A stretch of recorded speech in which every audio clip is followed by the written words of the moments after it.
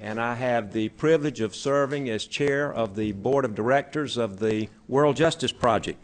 And I welcome all of you here this morning to the night studio at the museum to mark our event of the public release of the 2015 World Justice Project Rule of Law Index. We very much appreciate your taking the time out of your busy schedules to come and learn more about the World Justice Project and the importance of the rule of law. In addition to those of you in this room, we welcome our virtual audience watching around the world via webcast or following on social media. Today we will begin with a brief video introduction of the World Justice Project, followed by highlights from the latest Rule of Law Index by Chief Research Officer Alejandro Ponce. A panel discussion will follow, moderated by WJP founder and CEO Bill Newcomb. We are honored to welcome 5 distinguished commentators who will share their insights into many of today's pressing rule of law issues. And they are Mark Agrast, Executive Director, American Society of International Law. Mark.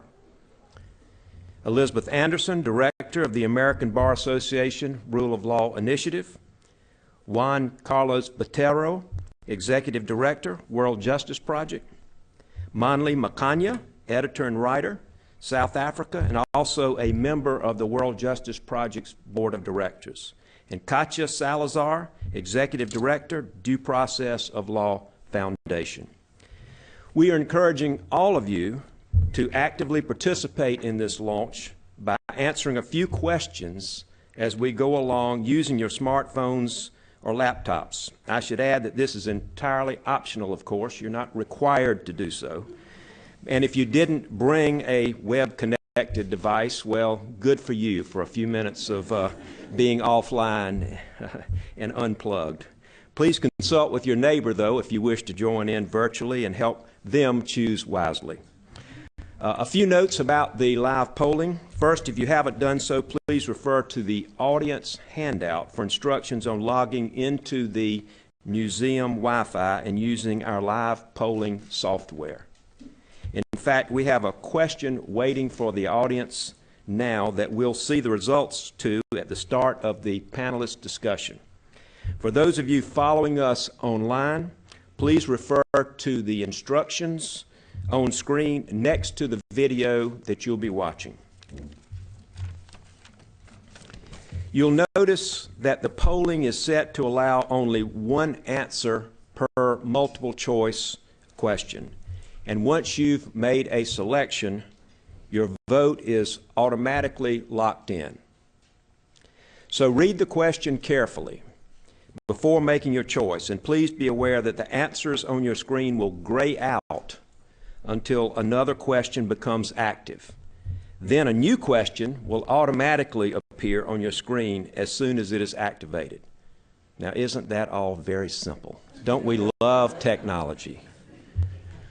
At the conclusion of our formal program, we look forward to fielding questions from all of you. You may submit written questions at any time to a WJP staff member located along the aisles who will bring your question to the moderator. We ask that on your written questions you include your name and title so we can recognize you personally. Thank you. Now let me invite your attention to the screens.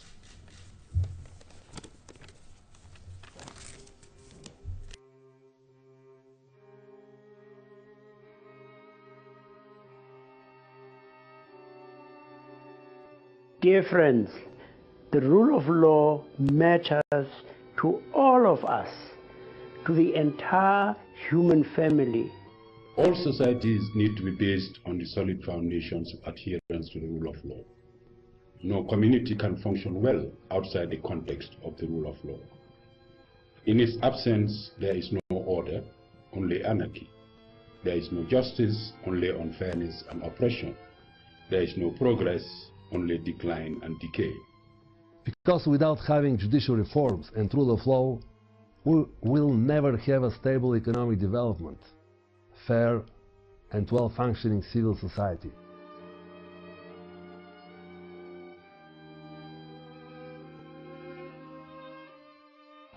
It is just 4 universal principles which we believe are a fair starting point for measuring adherence to the rule of law in communities all around the world without regard to their economic or their political systems.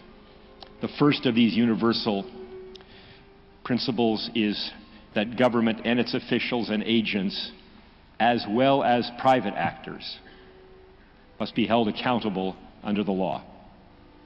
And the second universal principle is that those laws must be clear, they must be publicized, reasonably stable, must be applied evenly, they must be just, which means they must protect fundamental rights, including the security of persons and property. The third universal principle, which infuses the meaning of the rule of law, is that the processes by which those laws are enacted in the first instance, administered by the bureaucracy in the second instance, and enforced by the police and the military and the courts, those processes must be accessible to everyone in the community. They must be fair processes and they must be efficient processes. And finally, dispute resolution. Justice to be delivered timely by competent, ethical, and independent representatives and neutrals who are of sufficient number, have adequate resources, and reflect the makeup of the communities they serve.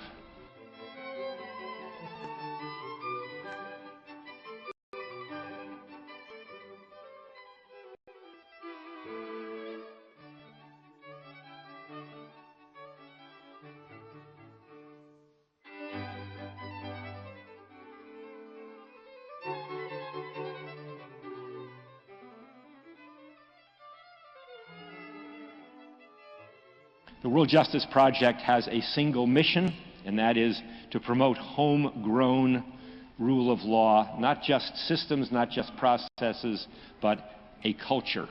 We are not exporters, we are honest brokers of information.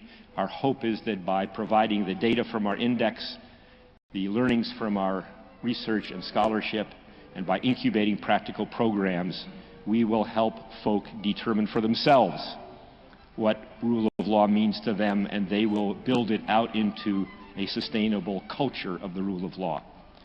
And we intend to do that by increasing first the understanding by more people of the meaning of the rule of law and why it is foundationally important, to effect government reform in the best instances where government responds to the data and reforms itself, and where it will not, where it is petitioned for redress by citizens, by civil society, by businesses, by the academy, and then reforms itself. And thirdly, by this proliferation of practical on-the-ground programs that in some measurable way enhance and extend the rule of law in your home community.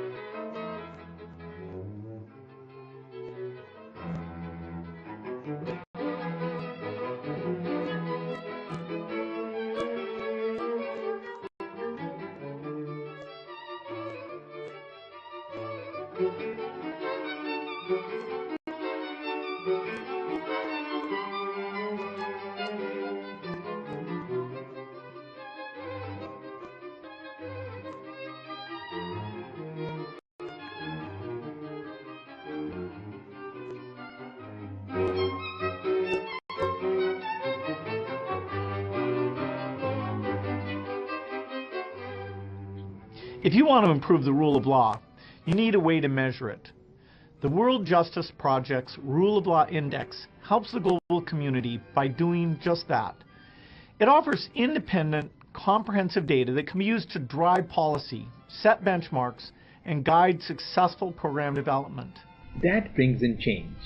That brings in progress, social, economic, and political. Until the World Justice Project, there wasn't a good universal definition of rule of law, and there weren't any studies that measured it across the globe in a concrete way. The World Justice Project's Rule of Law Index is a useful tool. It takes a very complicated but important concept or topic, the rule of law, and breaks it down in a rigorous but accessible way.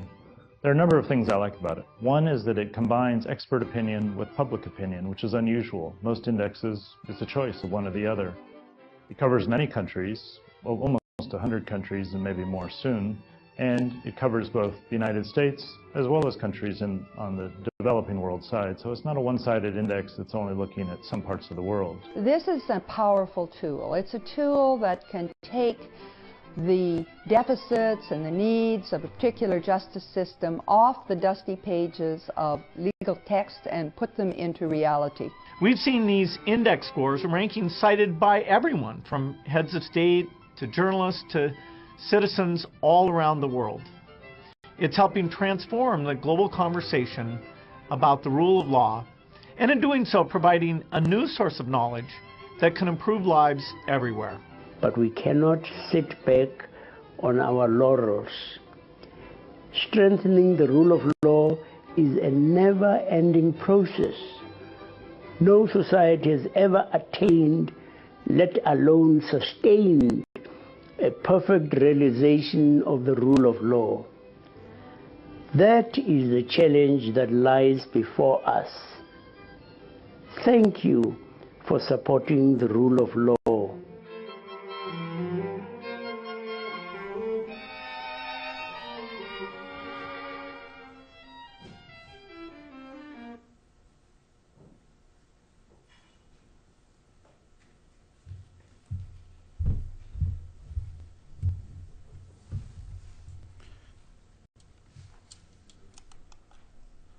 Welcome, everyone. Let me just start with a story that happened just a couple of weeks ago. I was on vacation with my family in Mexico, with my kid and my wife, and I was trying to come up with activities just for my 2-year-old son, so you can imagine. So I suggested, I remember just a long time ago with my parents that I went to a lake that was actually a pretty nice lake. So I suggested to my sister, why don't we go to this lake and spend the day with the children and so on. And she said, no way. There's no way that we can go to that lake. I asked, why is that? And she said, well, it's extremely polluted. So I went to the internet and searched what was happening with the lake. And what I found was actually pretty disturbing. So this is an image, just an old image from how the lake actually looked like. And the image that I found afterwards, just the most recent images, look more or less like this image. So I started reading what was happening. And it turns out that there are some textile companies that have been polluting the lake. And the authorities haven't done anything about it. They haven't been just able or capable or willing to do anything about this. So what this illustrates is simply just that just because of the lack of enforcement, because of the lack of rule of law, the lake is polluted. I cannot take my children to the lake. But more importantly, the communities, the people living close to the lake, they are suffering and they are powerless against these companies. So what this shows is how foundational the rule of law is, just how it matters for our everyday lives. This is not something just about the laws. This matters in our daily lives. When we take our children to the park, just that we cannot go because it's unsafe. When we have a dispute with a neighbor and that we cannot go to court because it's probably going to take 2 years to get the issue resolved. When we face an issue with a police officer and we're discriminated because of the color of our skin, or that we cannot simply just hold that government officer accountable for some misconducts. That is at the core of the rule of law. And that is at the core of the rule of law index. Those situations, those day-to-day situations, just embedded in all the scores and the rankings and so on, it's those situations that we ask to 100,000 people all around the world. just that they tell us their experiences and their perceptions of these simple issues, and you will see some of those in the interactive session afterwards. But just I want you to keep that in mind when thinking about these issues. I'm going to structure my presentation around 3 parts. So the first part, I'm going to introduce very quickly the Rule of Law Index. In the second part, I'm going to introduce you to the country profiles, that you have the books so that you could see just how your favorite country is scoring and where exactly we're scoring the country. And finally, some global trends for looking at this exercise in 100 countries or more than 100 countries. So measuring the rule of law. The Rule of Law Index, what it does is takes the fundamental principles that Bill just mentioned in the video of what the rule of law is and breaks it down in a way that is more accessible, but that actually summarizes the relationship between the state and the civil society. What you see there are 9 indicators that summarize this relationship. So on the one hand, we have constraints on the power of the government. Many countries have institutional constraints, just legislator, judicial system that should be independent, that are institutional constraints on the power of the government. That's measured in the first indicator, limited constraints on the government power. The second indicator, absence of corruption in different parts of the government. Third one, a government that it's open and that actually collaborates with citizens, that allows participation, that provides information to citizens. Then fundamental rights, just as described in the Human Rights Declaration. And then we have also some elements that are just duties that all states in the world have. Just these are very general things, just such as regulatory enforcement. There are regulations everywhere. I just mentioned one, environmental regulation, in the example that I mentioned before. But there are many. Then in all countries in the world, civil justice and criminal justice, when there are issues between citizens. So the justice system should function to resolve some of these issues. Just security. Just in all countries in the world, the state should provide security to its citizens. So these are the fundamental things that we measure in the Rule of Law Index. Each one of those things, obviously, we disaggregate them into more granular components. So when we talk about fundamental rights, we're talking about absence of discrimination, we're talking about freedom of assembly, freedom of speech, and so on. You can see all of those in your index, and we will go into some detail when we measure the country profiles. Once we have this definition, what we do is an exercise to measure that in 100 countries. And what we have done is, in order to capture this perception of the ordinary citizen that I spoke at the beginning, we have interviewed 100,000 people. Just there are some images of some of the people that were actually interviewed for this report, just from a variety of countries, a variety of backgrounds. We also interviewed close to 2,500 experts or practitioners all around the world, just about 25 per country. Just these are people who have to deal with the system on a daily basis, lawyers who contribute to the project on a pro bono basis. Just we send them an hour-long questionnaires on situations that are exactly the same as the one that I described, but that they are more knowledgeable about it, just criminal issues and so on. Obviously, just we put all this data together. We measure in this iteration 102 countries. As I mentioned before, 100,000 people have answered questions for this survey, 2,500 experts. We have about 500 questions that we put together and map into the indicators that are mentioned. We validate the data, normalize it, and so on. And you can find all the details in the methodology at the back of the report. So let me just show you just very briefly some of the country-specific findings in this report. So you can access all of these things in the website. You can access the country profiles, look into detail into some of those.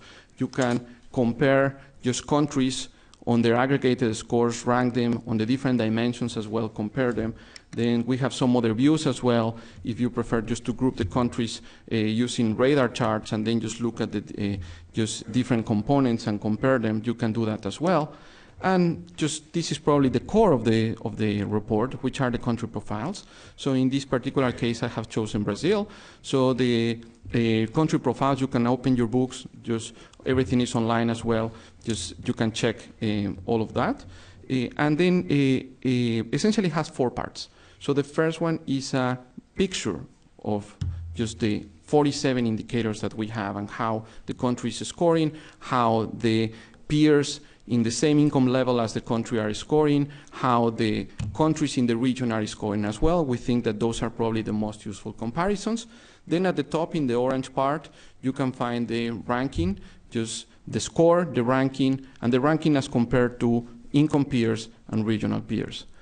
Then in the green part, you can find the aggregated scores for the 8 dimensions that I mentioned before, just that include corruption, fundamental rights, and so on.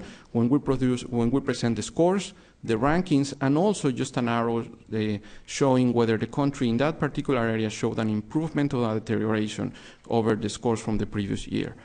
Last, just you will see at the bottom is essentially scores for all the 47 indicators that I mentioned. Just corruption in the executive, judicial independence, corruption in the criminal justice system, just complaint mechanisms. So all these different indicators are summarized along the dimensions that are in the green part for all the countries. Finally, I'm going to show you some global insights that you can see in the report as well, just that we learn from just doing all this exercise all around the world. First of all, you will see just what are the main issues or the most pressing issues if we group the countries by region. What you will see when we look at the North America and Western Europe region, the most pressing issue is fundamental rights, even though the countries score pretty highly, but just the part in which, I'm sorry, is civil justice. I'm looking at the wrong figure. Sorry, it's difficult to look from here. So it's civil justice, access to justice. Then when we look at Latin America, the main issue is security. Then when we look at the MENA countries, the main issue is fundamental rights. In Sub-Saharan Africa is corruption. In South Asia is civil justice as well. East Asia and Pacific fundamental rights, and Central Asia is constraints on government powers. When we look also at the changes over time, what we see is that, as we will expect, many of these issues do not change that much from one year to the next. So if you look at the country profiles, you will see that there are not that many arrows just going up and down. Just those arrows are the result of a statistical exercise. And we see that there are not that many in the world. So what we observe here, essentially the map is showing just the purple are the countries that didn't experience in more than 3 different indicators a change in the same direction. Just the countries in orange are those countries that experience a positive or negative change in 3 or more indicators going in the same direction. So as we can see from the graph, there are very few countries that actually just show sharp deterioration or improvement in overall rule of law. Then we also show in the report some of the results from the polls that we conduct every year. So for example, here you can see experiences with petty bribery, whether people had to pay a bribe to get a government permit or just to get to a clinic and so on. And we just show the results for the different regions. We can see, for example, just how prevalent, as we know, is corruption in Africa for many of the different issues.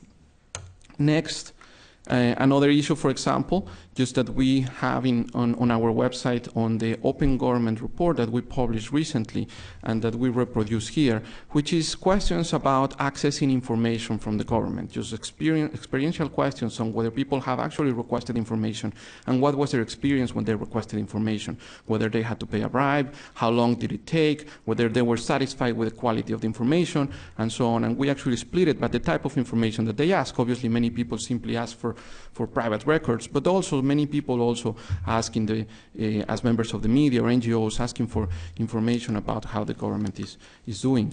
Another graph just on freedom of opinion and expression. So this pertains to a question or 4 questions that we asked to the people on just how free are the following parties to actually just talk against the government or criticize the government without any fear of retaliation, just the people, the media, political parties, non-governmental organizations, and we present the scores of the people just who agree or strongly agree with these statements.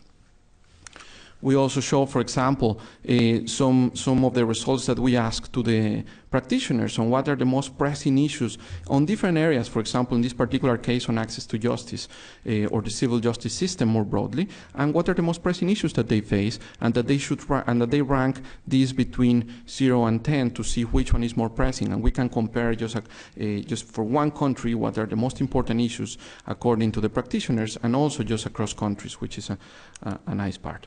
Finally, just there are some copies available. You have some copies available of the index. All the information is available on the website. You can download the database on the website as well.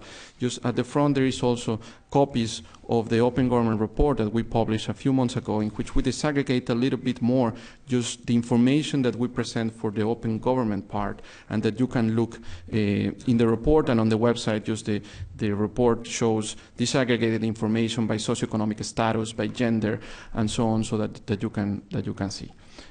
Thank you very much.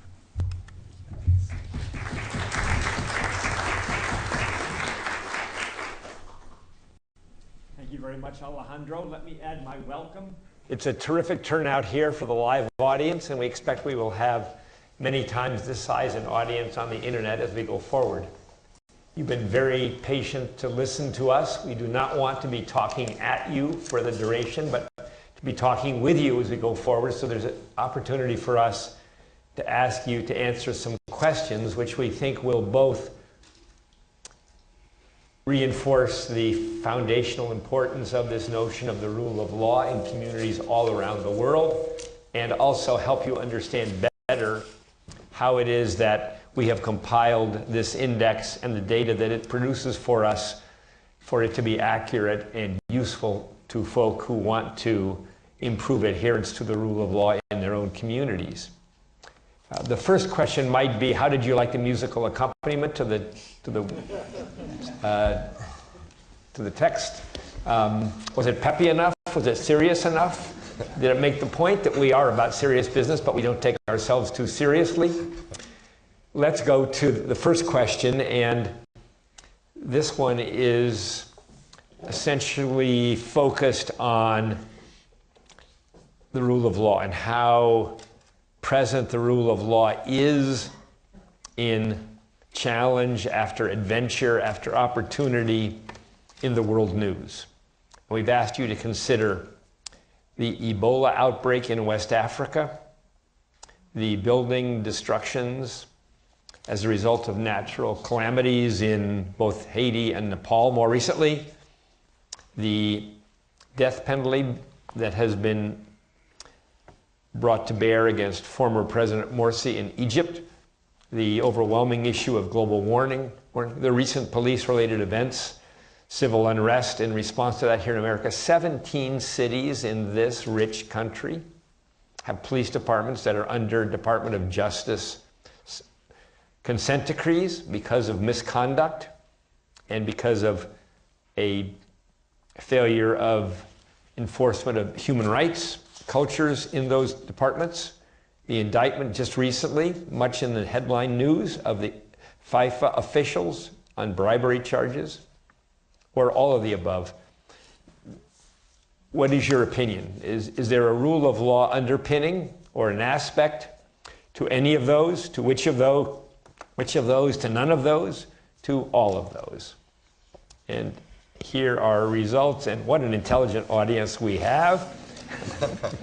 Overwhelmingly, you here and on the web would agree with the World Justice Project that all of these huge events affecting millions of people's lives and work, they are all in some significant way related to a lack of adherence to the rule of law.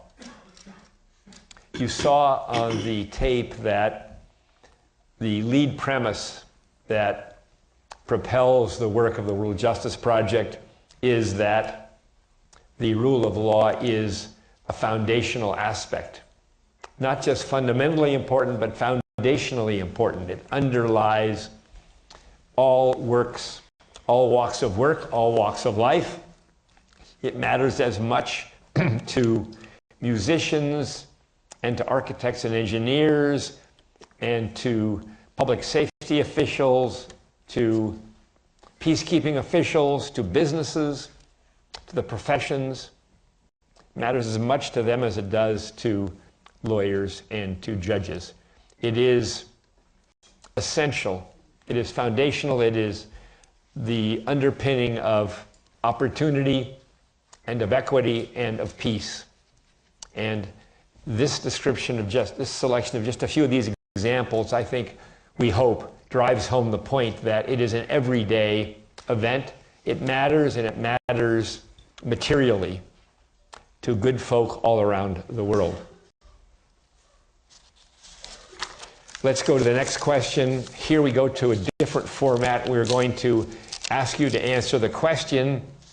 We will wait to see what the responses are. And then we will have comments from one of our experts here on the panel.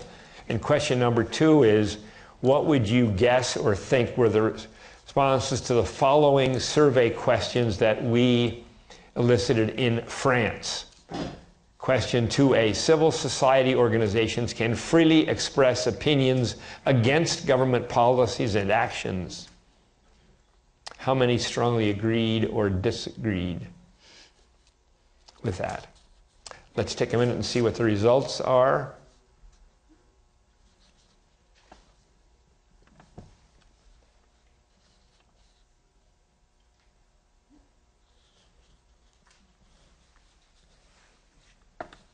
Mark, we're going to turn to you in a moment. We'll give you a chance to focus on these results.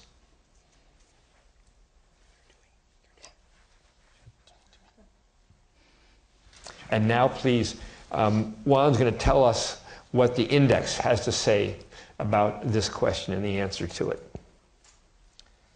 Thank you, Bill. So people continue voting. So you see the scores changing because a lot of people is voting. But it seems to be around 50 and 75% has 47% of the votes. This is the live and online audience, which believe is the score for France. Some people believe it's 25 to 50%. And some of them also think it's between 75 and 100.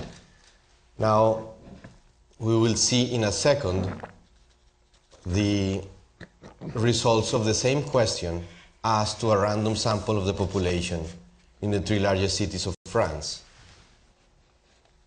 Matt?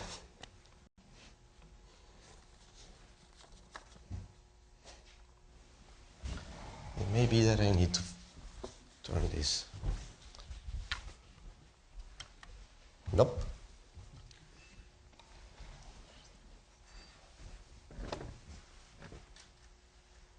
Okay, here it is. So we asked the same question. In your country, this is in France, to a random sample of the population. This also helps us explain how the index is built. We ask, which of the following entities can express opinions against government policies and actions without fear of retaliation?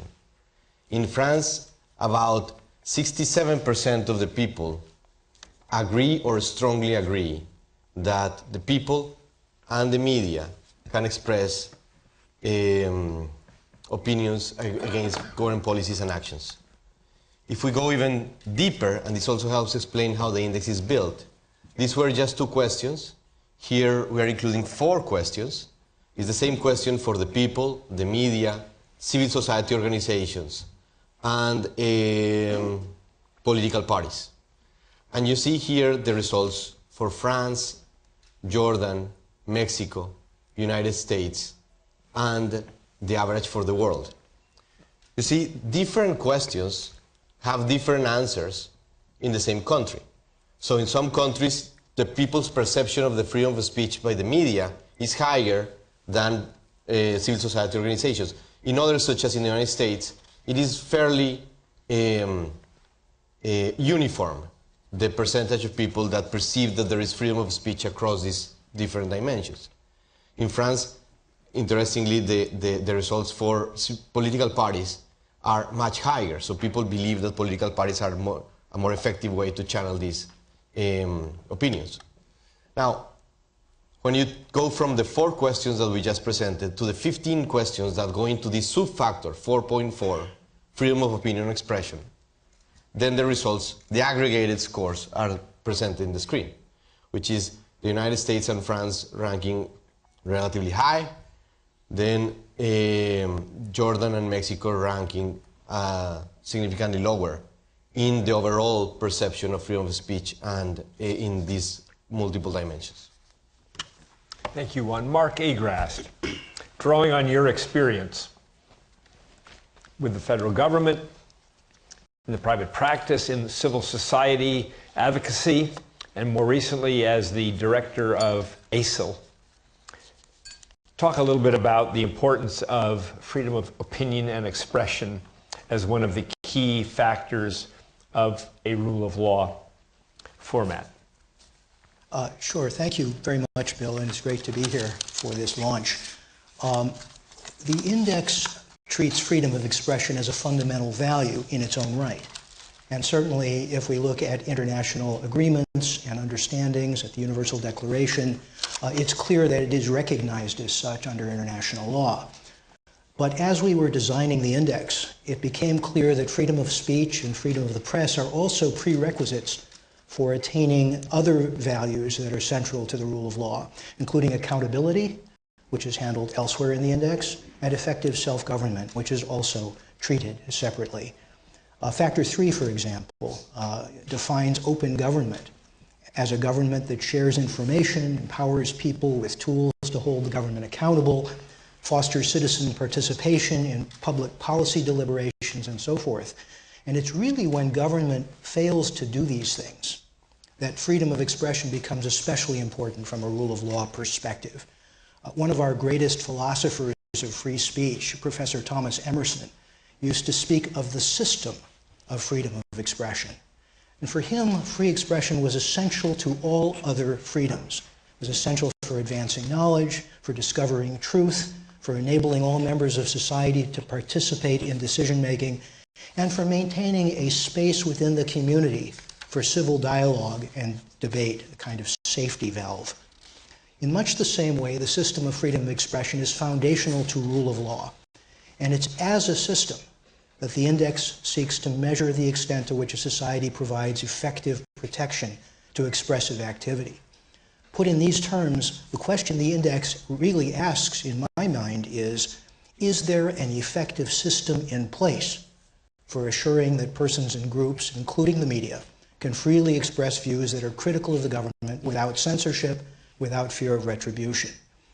And implicit in that question is whether, in the absence of such a system of free expression, a society can be said to have a rule of law at all. Thank you, Mark. We'll keep moving forward. Question number 3, and now we're going to Latin America, if you will. Katya, we'll come to you in a moment, but let's first ask our audience, please, to answer this question. What, in your mind, is the most pressing rule of law issue in Latin America? We'll see what the results are, then we'll ask Juan to share with us the data from the index on this same subject. And then go to Katya Salazar for some expert commentary.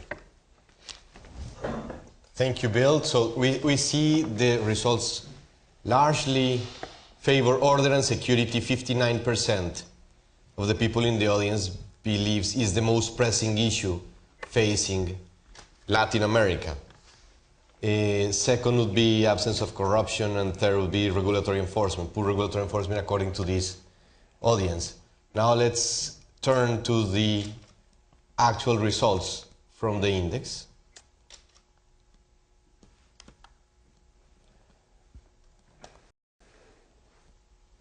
Matt.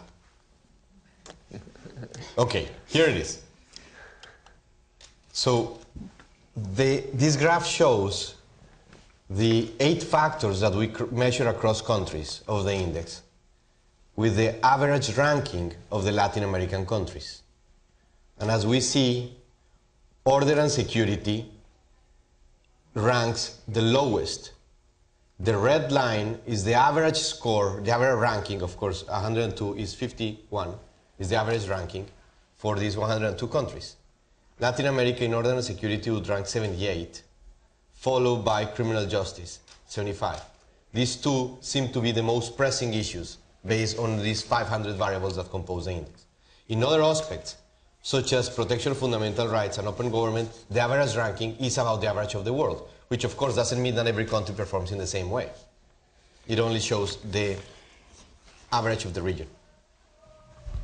Question number 4 is, I'm sorry, before we go, Katya, forgive me. Trends regarding adherence to the rule of law in Latin America, from your expert perspective. Okay, thank you, say Bill. you? Thank you. Thank you, Bill. Thank you, Juan, for the invitation today. As you can imagine, there are so many topics we can discuss today. I just want to mention a couple of things. The first thing is that the results of the index, talking about order and security, or identifying order and security, and the main factor, the most pressing issue according to the index in Latin America, I think is a dramatic call, dramatic claim from our region related to this issue. Yes, in Latin America we live a very complicated situation of civil insecurity on the streets. Everyone could be a victim of any crime that you can imagine, even in the safer countries that we have in Latin America. So this is clear, a dramatic call for our governments to work on these topics, on this particular topic. But I want to mention 2 or 3 other key ideas that I think are also very important and related to all the factors that you have used for your index. The first is related to democracy. The second is related to judicial independence, to the independence of the judicial branch. And the third is related to the destruction of national resources. Related to the first one, related to democracy. If you see, or if you had seen the Latin Americans map 20 years ago, you would have seen many dictatorships, many internal wars, and a lot of suffering, people suffering and violence. If you see the Latin Americans map today, you see democracies. I mean, weaker or stronger, but in general, democracies. But what I want to address today is that in several of these democracies, there is a very dangerous tendency to accept or to tolerate authoritarian measures, authoritarian attitudes from our governments. And this tolerance is not just from the government itself, but also from the society. And these authoritarian measures, attitudes, are affecting many of the factors that you use in your index. Freedom of expression, freedom of association, and so on and so forth. So this is, for me at least, is a very dangerous tendency that we have to identify and reflect on. The second topic is related to the independence of the judiciaries. Forever, or always, it has been a key issue in Latin America, the tendency of our governments to control the judiciaries, because it's the best way to assure impunity after you leave office. Well, we have had some improvements on this regard, but I think that this topic is still a key topic in Latin America, and the ways the executive powers and the presidents control the judiciary are more sophisticated. Maybe through the election of members of the highest courts, putting their friends there. It's a very easy way to then have some control about future processes or trials against the people who were in power. So this is also a very important topic that we need to keep monitoring and evaluating. And the third one maybe could sound a little bit far from this, but it's very close to this index. And this is the in which way the rule of law is related or affected by the whole discussion about destruction of national resources in Latin America. This is a huge topic, but I just want to put it in this way. During the last years, our countries, our governments in Latin America, it has been a kind of movement towards higher recognition of indigenous indigenous people's right to the land, to territory, and to national resources. Our governments, our states sign new commitments to protect the environment. They are in all international conferences related to climate change and so on and so forth. But at the same time, there is a new and a very sophisticated legal framework to protect these rights. At the same time, there is also a tendency to open doors to private investment, to international investment related to extraction of national resources, which is fine. But the problem is our governments don't make any or very little exercise to sync both legal frameworks. So there is a kind of schizophrenia between one legal framework and the other one, and this is leading to very, very violent conflicts that we see throughout Latin America, with a lot of people killed, a lot of political problems. Even my country, Peru, at the moment, you know, our government is going through a very political, a political crisis related to violent protests related to destruction of national resources. So I would say this. Thank you very much. Same question, different region. Question is, what is the most pressing rule of law challenge in Sub-Saharan Africa among the 8 factors? Let's take a minute and see what the live polling results are. Juan will then comment in terms of our findings, and we will then yield to Mondli Makanya from Johannesburg to tell us about his view of rule of law adherence in that region.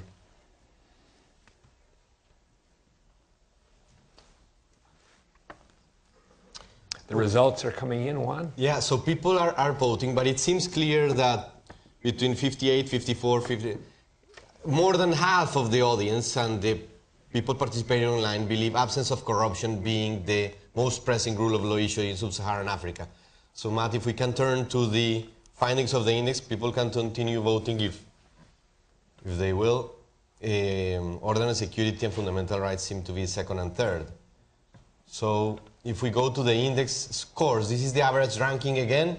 This is the summary of 500 questions, 500 variables from the expert and general population polls. Again, the red line is the average. However, this is Latin America, so this is my fault. There. This is Sub-Saharan Africa. And the lowest ranking would be order and security, closely followed by absence of corruption, and then open government. Unfortunately, Sub-Saharan Africa tends to rank way below average in terms of all 8 dimensions that are measured across country, and the first 2 would be order and security and absence of corruption, Bill. Thank you, Juan.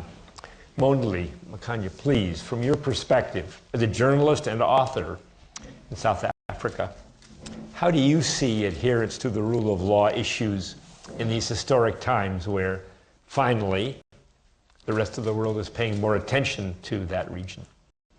Katja was speaking, I could actually relate very strongly to what she was saying about the picture that was there, say, 20 years ago and the picture that's there now.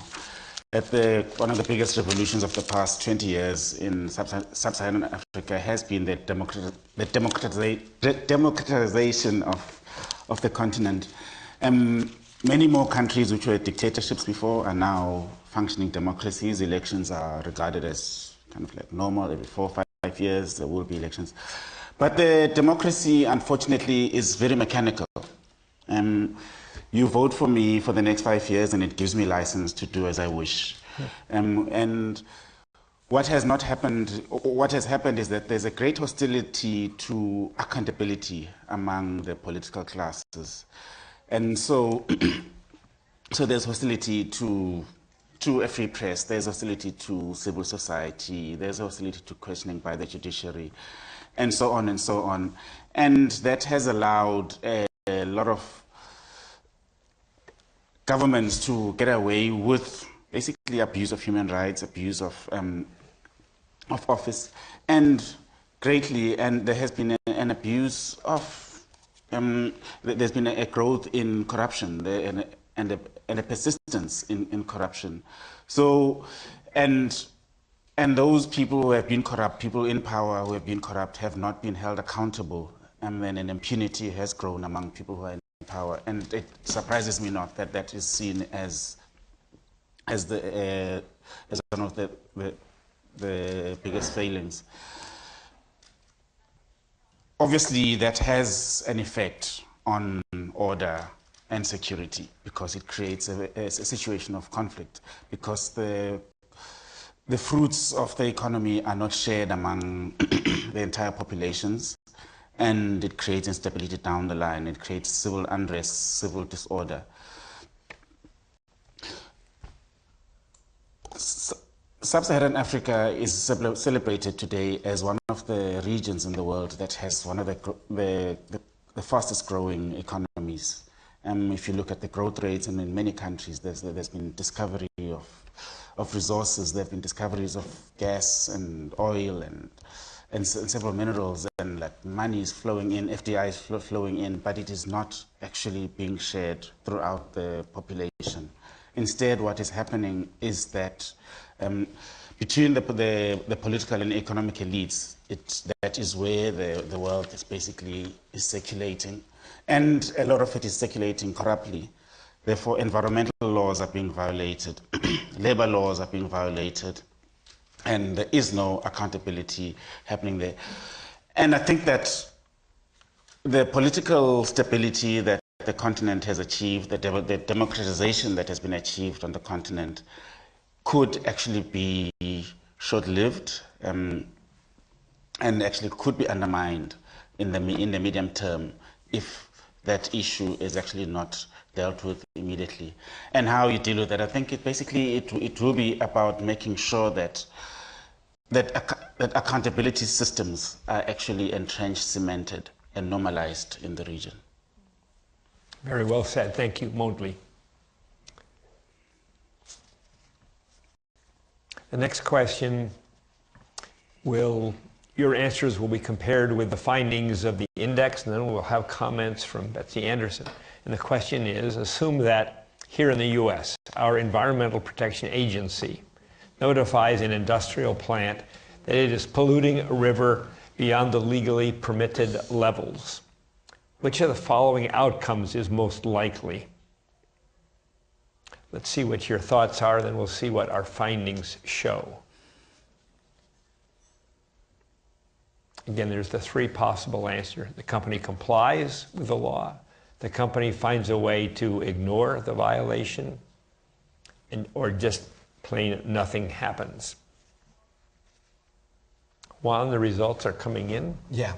So it seems that around 60% of the people in the audience, live and in the online audience, believe that the results, 56%, that the company would comply with the violations either through court orders, fines, or other sanctions. So it means the rule of law worked.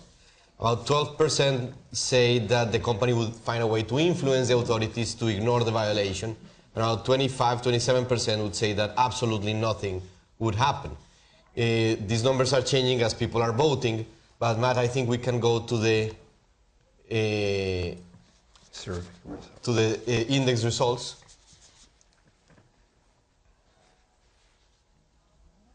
So when we ask a simple random of the population in the three largest cities of the United States, this would be Chicago, New York, and LA, the results are, this is the live audience, this is the results from the poll, and it is 56%, very close to the number in this live audience, would say the company would comply with the regulations. 32% the company would find a way to influence the decision of the authorities to ignore the violation, and a small percentage would say that nothing, absolutely nothing would happen. This is the results for the United States when we ask people in the streets from all segments of society what the result of this hypothetical scenario would be. Now I am going to show you, if I can, yes, this is the same question for all the BRICS countries. And this is only showing the percentage of people that would answer that the company would be forced to comply with the law either through fines, court orders, or similar legal mechanisms. So the answer, in a sense, is the rule of law work. And this scores, the percentage of people that would choose this answer is significantly lower. Bill? Thank you, Juan. Betsy Anderson is the leader of the American Bar Association's Rule of Law Initiative.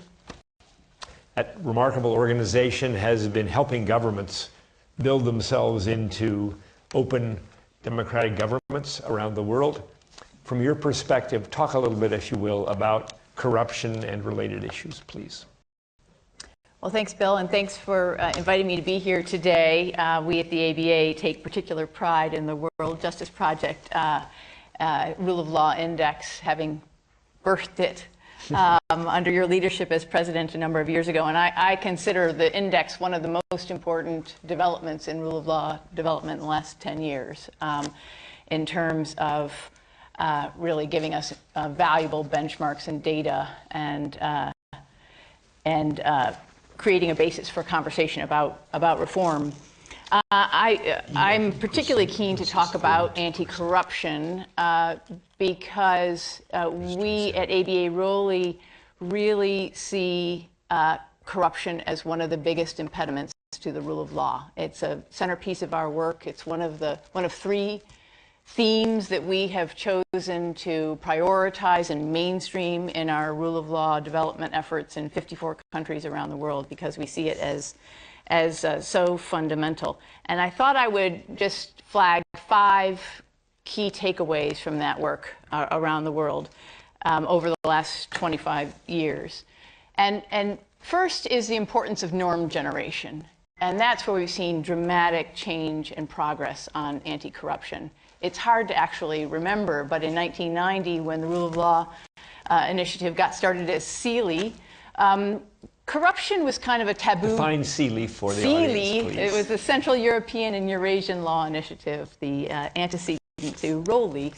In 1990, corruption was really a taboo subject in diplomatic and political circles. And we've seen a dramatic change in that context in which we work with development of international treaties, the OECD Convention, the Convention Against Corruption, a really important role that I think is particularly important to note here, played by Transparency International's index.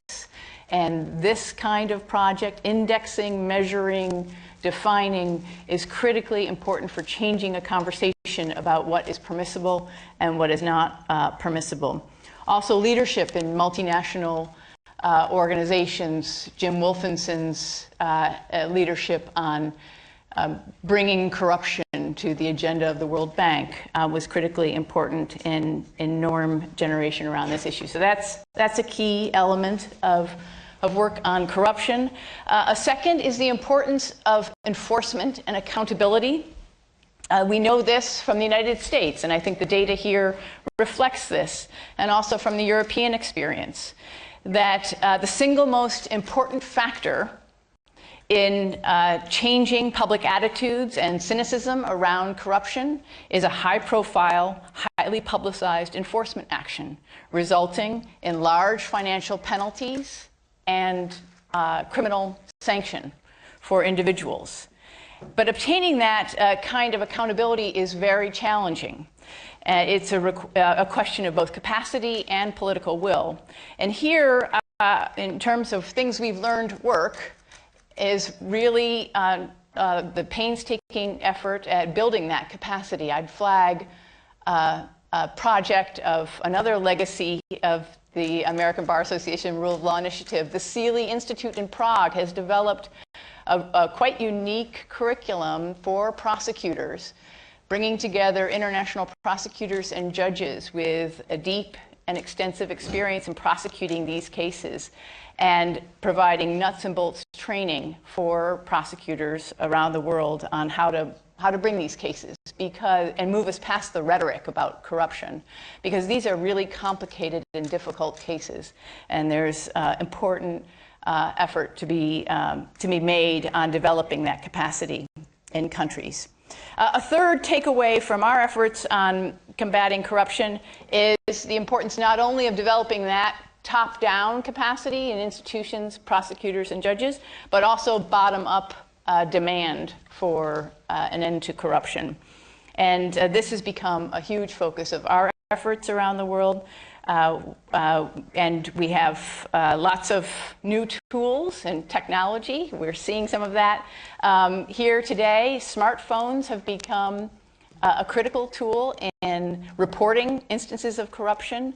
We worked with partners in Thailand to launch BribeSpot, which is an app through which individuals can report instances of corruption and bribery, and that data is collated and associated with their GPS location and even the government agency where they experienced this. And we are able to crowdsource demand for response to corruption. So there's a huge amount of potential and need for that kind of civil society engagement and capacity building to hold governments accountable.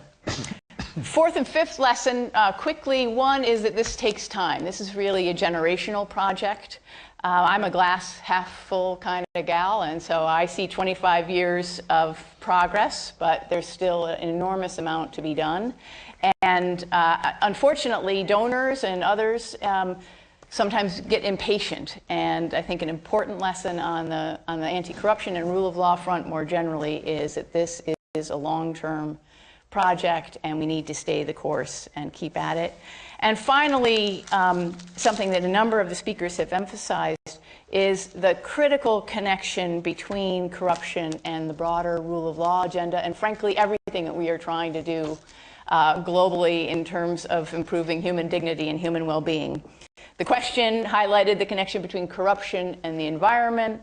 We see it also between corruption and health delivery, and food security, and just about every other global priority that we have. In many ways, corruption is the quintessential rule of law problem, and certainly one that needs to be prioritized. So I'm happy to see the Rule of Law Index giving us data to do that. Thank you, Betsy, very much. I'm going to invite your attention to something we just saw, but I think it deserves some emphasis. The opinions registered this morning on this last question showed about 11%, I think, at the last take. 11% of us thinking that the company would bribe or influence the authorities to ignore the violation of the environmental law. What the index findings show is that it's more like late 20% or early 30%. That is a marked difference. The facts are that companies do more of that than we think they do. That's useful information on the basis of which people should be vigilant and expressive. Okay, we're going to try to segue now into a live Q&A for our virtual audience and our live audience. But one final question is this one. We ask you to vote on this now, if you will, and that is, what are the greatest rule of law issues confronting the world today? If you will type up to 3 issues, we will see your results as they come up. We're going to see a word cloud emerge during this voting. And at the same time, please, if you have questions here in the live audience you'd like to ask the panel, if you'll write those out and turn them over to any one of our WJP folk here in the aisleways, that would be great. And those of you who are following us, please send in your questions, and we will cull through those and find questions that we can pose to this panel in the last phase of our program this morning. The screen is beginning to populate.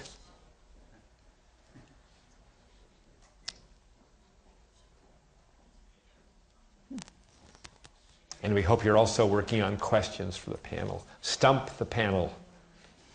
This is overbearing. One bit is amazing.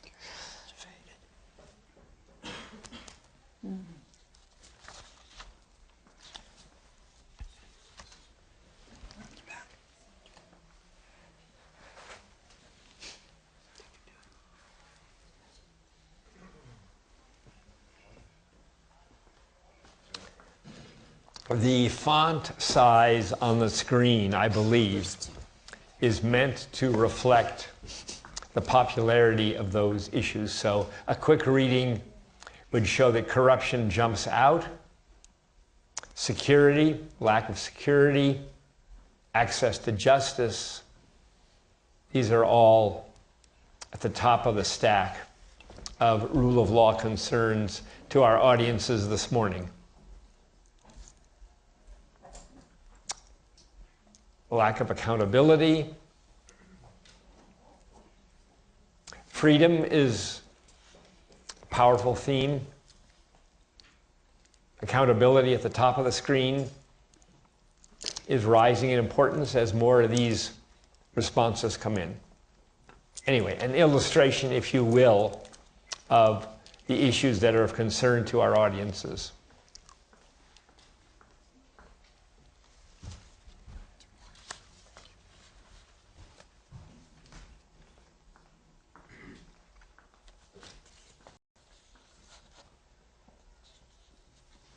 Why don't you take this because it's indexed?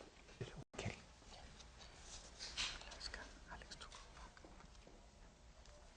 That's okay. Cover that.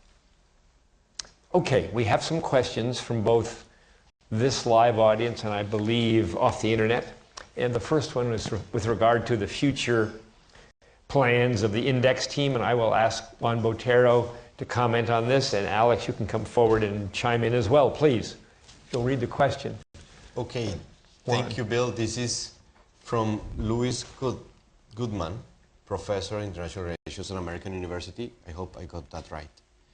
As the next stage in its path-breaking World WJP, consider creating a rule of law index in states and provinces within countries. Even within the United States, the rule of law has significant from state to state, variation from state to state, as it does in all countries. So the question is, I guess, if we are going to move the rule of law index to measuring within states. So I think I will turn to Alex to answer that question, if it's okay. Thank you, Juan. Yeah, this is a very interesting point, and this is something that we have thought about. Obviously, the main issue here is resources. Just trying to engage into this task is extremely expensive. We have done a couple of exercises, indeed, just tackling on this issue. First, in Afghanistan, we actually collected nationally representative data and did analysis comparing just how the different provinces in the country compare in the questions that we ask.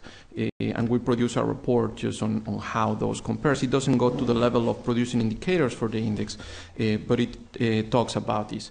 We have also just have some conversations on the possibility of producing an index just for the Mexican states. There has been some interest in Mexico as well, just on producing an index, a full index that could actually compare some of the states to some of the countries that we have in the index using the same methodology and so on. This is preliminary. We still have to figure out whether it's possible, whether the index has the level of sensitivity to address many of the state-specific issues. Many of the issues are national and perhaps are useful just to have cross-country comparisons, but perhaps it's not sensible enough to have a cross-state comparison. So this is something that we are going to test just in a more scientific way. And this gives me a wonderful opportunity to say that if donors would step in and contribute more, would be delighted to go there further. So, Bill, should I take this question? Take the next question? So the second question is from Steve Wolfson from the EPA. Welcome, Steve. Would you please address what lessons the UN process to develop sustainable development goals can take from the WJP Rule of Law Index? Thank you for the question. I think this is a very important one. We've been close to the process of the Sustainable Development Goals development for the past 2 years. And as you know, goal 17, the 17 goals, goal 16 of these 17 goals, for the first time, this is the goals that replace the Millennium Development Goals, which were instrumental in advancing many development agendas. So many countries consider, and civil society organizations consider, that the agenda was not complete if issues of justice in the issue 6 in the Secretary General's report, or 16 in the Assembly's document. Those would not be complete if issues of justice, rule of law, governance, accountability were not addressed at the same time. So for the first time, the UN is looking from the point of view of these goals at issues of rule of law, governance, security, justice, accountability as foundational components of advancing development, the World Development Agenda. So this goes back to the point that Bill mentioned at the beginning. It's all of the above. It's the Ebola, it's the global warming. All of these issues have a rule of law underpinning, and that is being recognized. What can we learn is the question from the index. In my opinion, very briefly, we've spoken extensively at the UN on those topics, but very briefly, 3 things. 1, these issues can be measured in countries around the world. It doesn't take too much effort. It takes consistent, systematic effort within countries to measure those issues. The second point, they not only can be measured, but they are being measured in 2 ways. It is within the countries. And let me go back to an analogy to public health or economics. 100 years ago, people around, the medical doctors around the world would believe that certain percentage of the population would simply die of infant mortality, certain percentage of born child would die. It is when it is started to be measured, the infant mortality rate, that these rates started to go down. Because this rate summarizes a number of elements that go into the outcome of what percentage of children, live births, die. The same is true of issues of police accountability, of corruption, of equal access to justice. Those issues can be measured by the countries themselves. And this is the third point, which is these indicators are more effective when it is the governments themselves who adopt the internal measures. Some areas, such as high-level corruption perhaps, such as checks and balances in the government power, those issues may not lend themselves so easily to internal measurements. And that's why exercises like this may still be helpful. But it is when the countries take themselves the task, as many do, to monitor their own institutions based on the user of the system, which is the citizen. It's at the center of it. Based on those results, that the process can be advanced. So this is what I think the index can help in the process. Thank you. Third question. These are all terrific questions. Thank you for continuing to send them to us. This question comes from Jason Pearson, who is the CEO of the Sustainable Purchasing Leadership Council. The question is, and I'm reading carefully, my organization supports and recognizes large institutional purchasers, including private sector and government purchasers, in using their market influence to advance the public interest and a sustainable future. How do you see the relationship between market actors and forces and the rule of law as mechanisms for advancing a positive future? The question, I think, very much emphasizes an earlier point made, which is that it's going to take a multidisciplinary movement to bring homegrown rule of law cultures to the 200 countries that comprise the governance of this little globe of ours. It matters to business fundamentally and daily. And to the extent that businesses are organizing themselves in the way this organization is a very positive sign.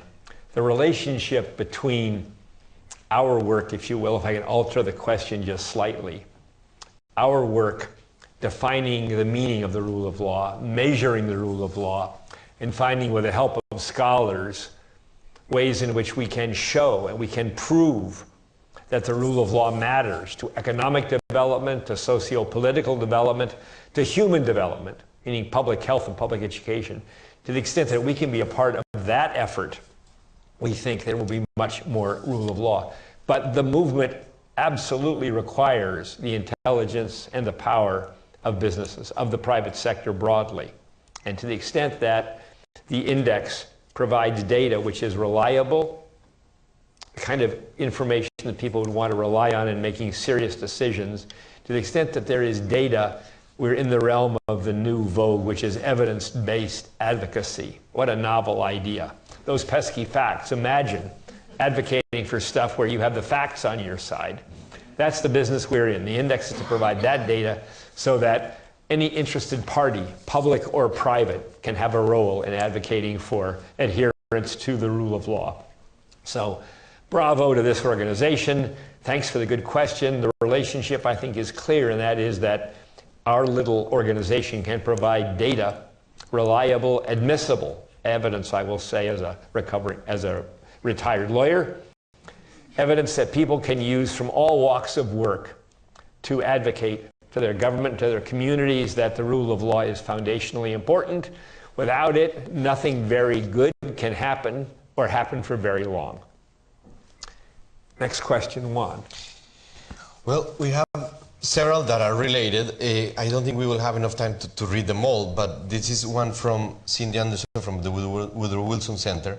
In addition to measuring the rule of law and all of its deficits, can you highlight concrete success in building the rule of law, particularly when powerful actors, such as organized crime, have tremendous financial resources as well as willingness to use violence to undermine the rule of law? This is, I don't know, do you want to put this question too? Look at the panel. I'll take a start, but we should get our panelists engaged in this as well. The World Justice Project believes in the power of information. It is, after all, the information age. We are passionate about our belief in the foundational importance of the rule of law for communities of peace, economic opportunity, and equity between private actors, between public and private actors. But we are not advocates in the sense that we are taking this data and taking points of view. Instead, we are, as Juan said earlier, honest brokers of information. And we are content with that role because we believe that other actors, public and private, armed with reliable, accurate, current information about a subject which is so foundational, will do the advocacy and will bring about the reforms. So there's no question, as Betsy was saying, that this is a, if not an infinite horizon kind of a project, it's going to take several generations for us to get where we want to get. But we are devoted to the notion that our role is to provide information which is, again, utterly reliable. And just going back for a minute to the UN's project, at a meeting at the U.S. mission to the United Nations now about a year and a half ago, Becky Billings from our staff was there and explaining to them our index. And a staff member said, those folk who do not want to have the rule of law among the post-2015 objectives have been able to say to us up until now, how can you have as an objective something you cannot measure? Your WJP, your index, proves that that is a false argument. Now it can be measured. As Jenny Martinez said from Stanford Law School, you saw her on the tape, there is a methodology which is valid for measuring adherence to the rule of law for the first time in a comprehensive fashion. And the U.S. mission staff person said, now we have an answer to that argument. It can be measured. You saw Bill Gates talking about that. So the index has very practical applications as, again, as a tool for eliciting information, which is of great power when it's used by folks who want to be advocates. Panelists, I have not answered the question. Would one of you like to answer this question? Concrete success in building the rule of law. There's a couple that come to mind quickly, and then I'll shush. We think that because of a recent visit to the country of Senegal, that folk who came to a workshop where we shared our findings about adherence to the rule of law in that country, and where they then had their workshop to discuss what they might do with that information, to the top of that agenda rose the subject of a Freedom of Information Act. The Senegalese wanting to know more, like we all do, about what our government is doing, especially what it's doing with its fisc. Where's the money going? How's it being used? And to what extent are there reasons to suspect incompetent behavior or corrupt behavior? And there is now underway, in the wake of our visit just 2 months ago, a movement which we think has a good chance for success, to have enacted by the legislature in Senegal a Freedom of Information Act, We've seen what that did in India, and we hope to see the same kind of positive results in Senegal. The government of Singapore challenged our findings where we dared find that in Singapore, this is now 3 or 4 years ago, there was not much freedom of information and opinion, or freedom of the press for that matter. It's a remarkable city-state that has a lot of good things going for it, but one of the costs of that form of government turns out to be a lack of free expression. And when we noted that in our findings, because it was plain from the surveys and the questionnaires that that was so, the government took offense and asked us for an audience, and at the end of that discussion, back and forth, the government, to its credit, acknowledged that there was a lack of adherence to the rule of law on that subject. And as a result of that, we believe there has been some softening of the government's hard edge around freedom of expression, that there is more of it in Singapore today than there was before our findings were divulged. So those are just a couple of examples of situations where, again, not we as advocates, but just we as providers of information have, we think, enabled other folk and organizations to bring about positive change. Bill, if I may, I'd like to read 3 questions and start, so the panelists can start thinking about them. So we can. This is very. We have a lot of questions from this. This comes from online.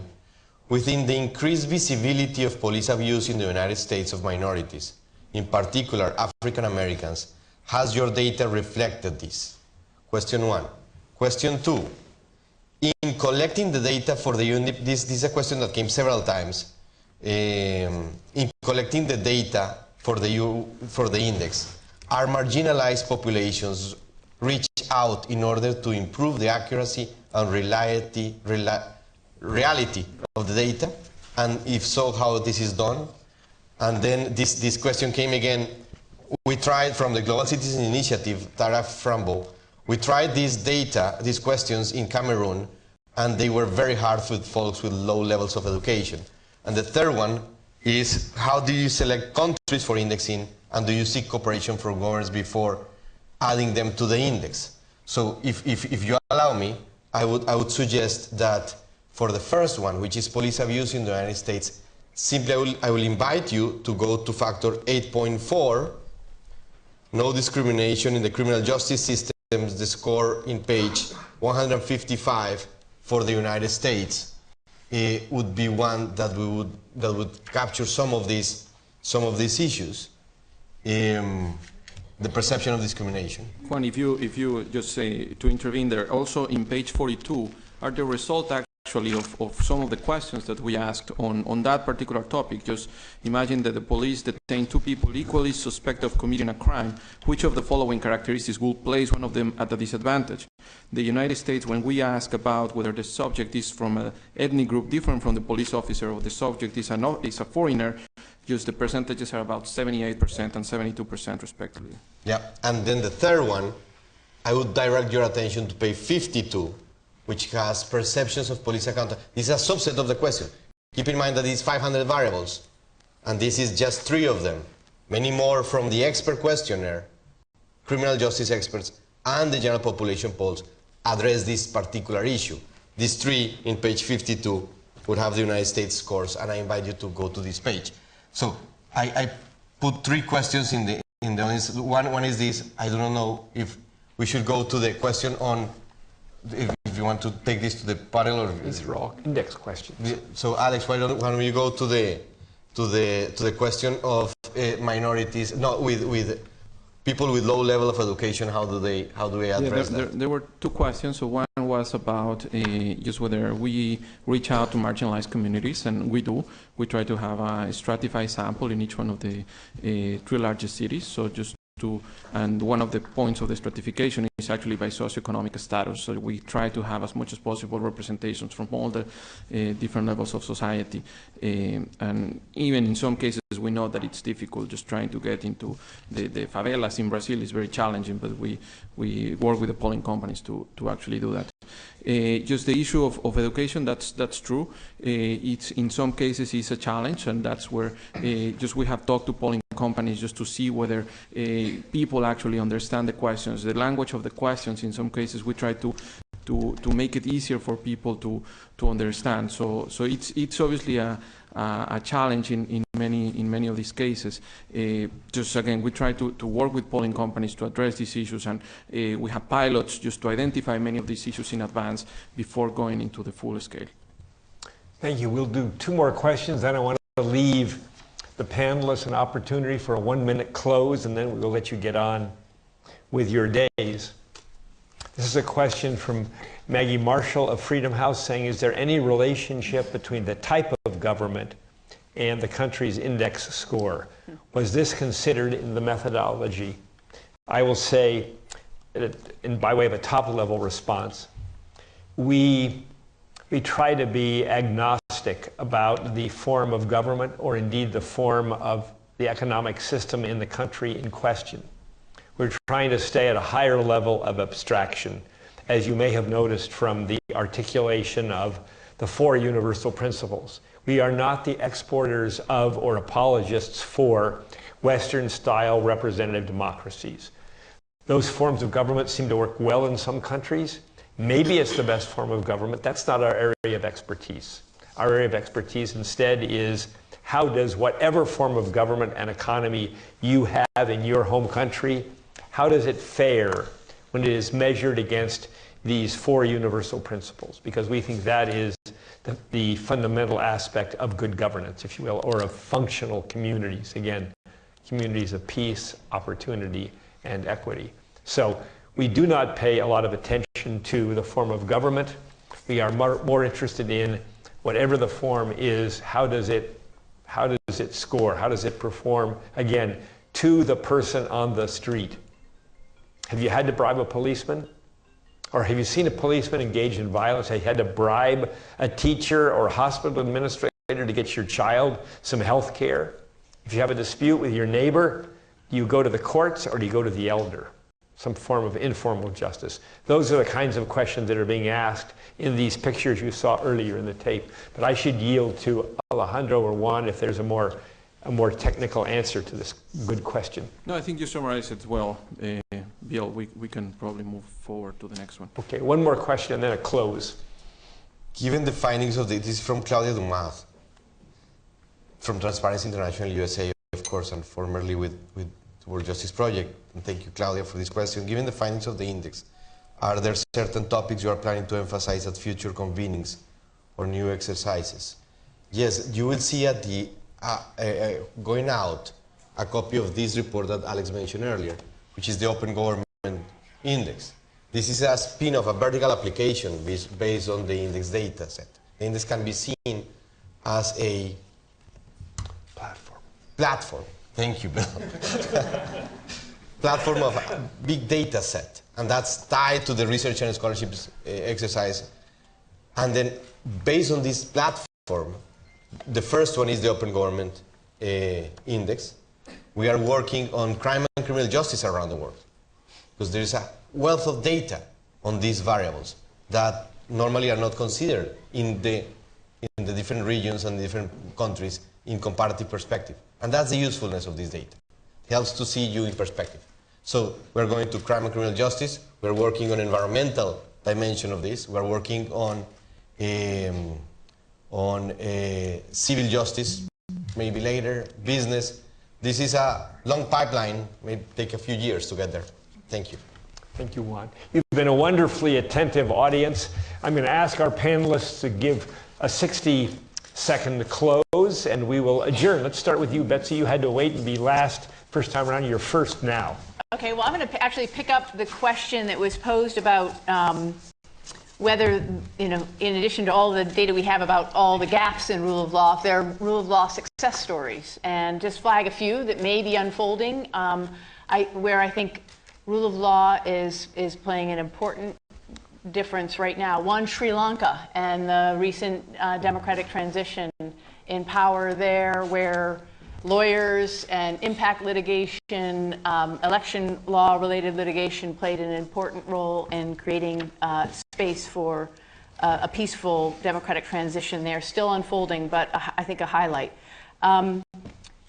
In the Philippines, there's judicial reform underway. Some of you may have had the opportunity to see Chief Justice Sereno here in Washington a week ago, talking to colleagues in the U.S. judiciary and about the reform process underway there, where court automation is helping them eliminate backlogs in courts, deliver justice in individual cases, make sure that criminal defendants aren't languishing in pretrial detention longer than the sentence that they could possibly serve if they were convicted, taking the Philippines off of the intellectual property watch list in ways that have important impacts for economic development. And finally, Ukraine, huge and urgent rule of law developments there, constitutional reform, a new anti-corruption commission. We are working closely with partners to implement a free civil and criminal legal aid for citizens of that country. It is an urgent project, rule of law development in that country as they race against the clock to demonstrate that reform and progress is possible there. So those are some highlights and places to watch. Thank you. Mondley. Yeah, I'll deal with the one about an example of a society where you can actually use the rule of law and where it has been successful. Where it has been successful. And I'll quote the country that I come from, South Africa, where we come from, but since 1994 we've tried to build a rules-based society. We have a governing party which basically scores nearly 2/3 of the vote each time. It's the credible party, it's a party of that brought freedom and liberation, it's the party of Mandela, etc., etc. So there's a temptation to be arrogant and to take things for granted and not to listen to public opinion. But what has been successfully done in the past, particularly in the recent past, but in the past 10 years or so, as people got to terms with the fact that this is a constitutional democracy, is that civil society has used the courts very effectively to force the government to do things that the government basically was not doing, through inefficiency, through basically ineptitude, and so on, and just basic laziness, as I say. And what civil society organizations have been able to do has been to force government to deliver stationery and textbooks to schools that they were meant to do but had not done. They forced government to give people access to healthcare, to drugs. And they forced government basically to adhere to issues around humane treatment of prisoners, humane treatment of illegal immigrants. And the more that has been done, it has actually popularized the fact that this is a rule-based society. People know that democracy is not an abstract thing. And that has been a very effective thing. And more in popular conversation, people actually know now that there are instruments of governance, there are instruments of accountability in the society that can be used. And then it's not just, your chattering classes, your middle classes, right down to people on the ground. You hear on radio stations, even rural people know that we have rights. This is a rule-based society. And I think it's early days, but it's something that actually has concretized the concept of democracy not just being something that is very up there. And so I think that there is something in the South African model that can be used particularly in countries that have come from, that not have a long tradition of being a rule-based society. Well said, thank you. Katja. Okay, thank you, Bill. It looks like we have talked before because, I joined your remarks. I think in Latin America, they are, you can apply them. I want to address, the role of the courts. This is key. Having a judicial decision related to any of these topics is something very important in our societies. And I also want to say something else, trying to answer Cindy's question, which is that, if you want to combat corruption, promote rule of law, or any of these topics, you can pass great legislations, create great commissions, promote meetings, pick great people to lead these commissions, but from our experience, there is nothing like having a process, a trial, either administrative or judicial, against one or several people with a concrete punishment for doing, for example, bribery. There is nothing like this example. This is what we have seen in our societies. For example, in Peru, I mean, we are not the perfect society at all, but having a former president in trial and condemned for corruption and crimes against humanity is the best example for our society. Thank you. Mark Agrast. I'd just like to pick up on your opening remarks, Bill, and just emphasize one of the real strengths of the index as an approach to these problems. It sticks to the data. I think there's an essential modesty about everything we have tried to do over these years. We let other people speculate about causation. We let other people interpret the information. But we do provide the information as honest brokers. And we don't take positions on what a country should or should not do when the data is put in their hands and made available to them. Obviously, we have high hopes that the world will change as a result of the facts that are put forward through this process. We don't claim credit for any of those changes. Frankly, we can't track those changes with any clarity. Neither can anybody else. The world is a very complex place, and the facts themselves are very complicated, and they are closely interrelated with so many other variables that nobody can ever say, why did this change occur? But we do believe that we are part of that change. We do believe that these facts are playing a role in empowering civil society, empowering reformers within governments, empowering businesses that have a conscience and are trying to help be agents of change. And that's the tremendous value of this project. That's why it's such a privilege to be associated with it. Thank you. Please join me in thanking this expert panel for their comments.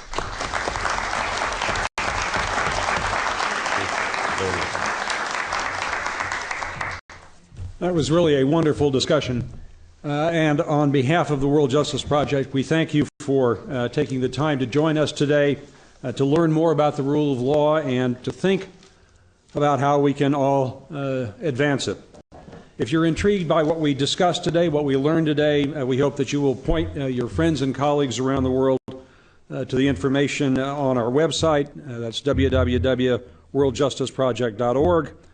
Or you can sign up for our newsletter and learn more about our other work in other areas. On our website, you'll find the full printable PDF for the newsletter, as well as an interactive data that you saw earlier today. So thank you again for attending. We look forward to working with all of you in the future. Thank you.